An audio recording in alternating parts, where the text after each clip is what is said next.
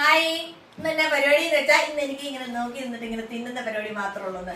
അപ്പൊ നമ്മള് ക്രിസ്മസിന്റെ ബോക്സ് ഉണ്ടാക്കുന്നതിന്റെ ഗിഫ്റ്റ് ബോക്സ് ഉണ്ടാക്കുന്നതിന്റെ ഭാഗമായിട്ട് ഇത് നമ്മള് 2 സാധനം ഉണ്ടാക്കണം എന്നൊക്കെ ഞാൻ വിചാരിക്കുന്നത്. നടക്കുമെന്ന് അറിയത്തില്ല. എന്തെങ്കിലും ഒരു സാധനം നമ്മളൊന്ന് ഉണ്ടാക്കും. അപ്പൊ അവലോസ് കൂടി നേരത്തെ ഉണ്ടാക്കി വെച്ചോണ്ട് നമുക്ക് അവലോസ് ഉണ്ട ആദ്യം ഉണ്ടാക്കാം.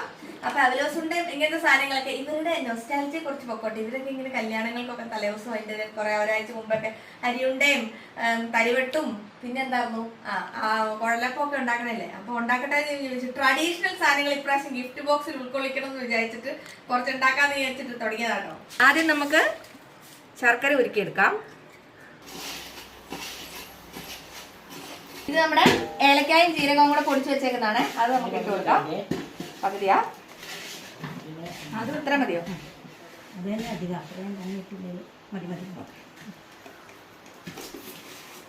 ഇനി ഇത് ചൂടോടെ ചൂടോടെ പിടിക്കണം കേട്ടോ. അപ്പൊ ഇത് കണ്ടോ, നല്ല അടിപൊളി അരിയുണ്ട. ഞാനിതിന്റെ ഷേപ്പ് സെറ്റ് ആക്കുന്ന പരിപാടി ചെയ്യും കേട്ടോ. അപ്പൊ പെട്ടെന്ന് റെഡിയാക്കിയത് കൊണ്ട് നമ്മുടെ അരിയുണ്ട വേഗം അങ്ങ് കഴിഞ്ഞു കേട്ടോ. ഇനി നമുക്ക് അരിയുണ്ടല്ല അവലോസ് ഉണ്ട പെട്ടെന്ന് കഴിഞ്ഞു. ഇനി നമുക്ക് ഈ അവലോസ് കൂടി വെച്ച് തന്നെ തരിവട്ടുണ്ടാക്കും. അപ്പൊ അവലോസ് ഉണ്ട കഴിഞ്ഞിട്ട് ഉടനെ തന്നെ നമുക്ക് ബാക്കി ഇരിക്കുന്ന അവലോസ് കൂടി വെച്ചിട്ട് ചില തരിവട്ടും കൂടെ ഉണ്ടാക്കാം. ഇങ്ങനെ ചൂടോടെ ഇതിൻ്റെ അകത്തോട്ടിട്ട് ഇത് ആദ്യത്തെ ആട്ടോ, അതുകൊണ്ട് സക്സസ് ആവുമെന്ന് അറിയത്തില്ല. ഇതിങ്ങനെ നല്ല ചൂടോടെ ഇങ്ങനെ ഇതിൻ്റെ അകത്തോട്ട് കോരിയിടും. എന്നിട്ട് ഇതിങ്ങനെ പ്രസ് ചെയ്യും. എന്നിട്ട് ഇതിങ്ങനെ പൊന്തിക്കും. തരിവട്ട് സെറ്റായി. പൊടിയിലേക്ക് വെക്കട്ടെ. ഇത് ഉറച്ചിട്ട് നിങ്ങളെ കാണിക്കാം കേട്ടോ.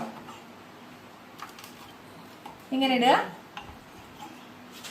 ഇങ്ങനെ ഞെക്കുക, നന്നായിട്ട് ഞെക്കിയിട്ട് ഇത് പതുക്കെ ഇങ്ങനെ കൊടുക്കുക. കണ്ടോ? സമയമില്ല.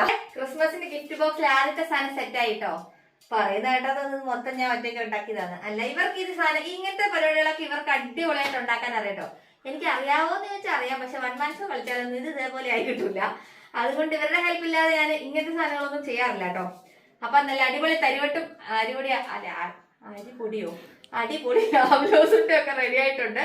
അപ്പൊ അവലോസുണ്ടയും തരിവട്ടും ആരും ചോദിക്കരുത്, നമ്മുടെ ഗിഫ്റ്റ് ബോക്സ് റെഡിയാക്കുന്ന ബോക്സിൽ പെടുന്ന ഒരു സാധനം കേട്ടോ.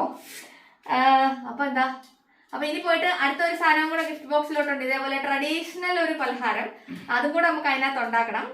അപ്പൊ ഒരു ബൈ പറയും മനുഷ്യന്മാരെ, ബൈ പറയൂ.